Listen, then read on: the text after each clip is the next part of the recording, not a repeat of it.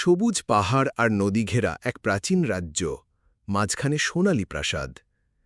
চারপাশে খুশি গ্রামবাসী কাজ করছে। প্রাসাদের বাগানে দাঁড়িয়ে আছেন রাজা অরিন্দম, রাজকীয় পোশাক ও মুকুট পরা, হাতে তলোয়ার, আর রানী লক্ষ্মীপ্রিয়া, সুন্দর শাড়ি ও গয়না পরা।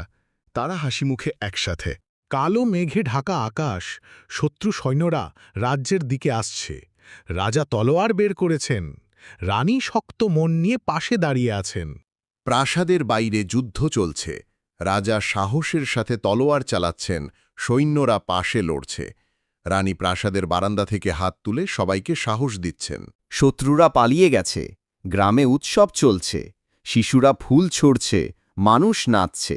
রাজা রানী হাত ধরে দাঁড়িয়ে আছেন, গর্বিত আর হাসি মুখে। প্রাসাদের সিংহাসনে রাজা অরিন্দম আর রানী লক্ষ্মীপ্রিয়া একসাথে বসে আছেন। গ্রামবাসীরা তাদের অভিনন্দন জানাচ্ছে।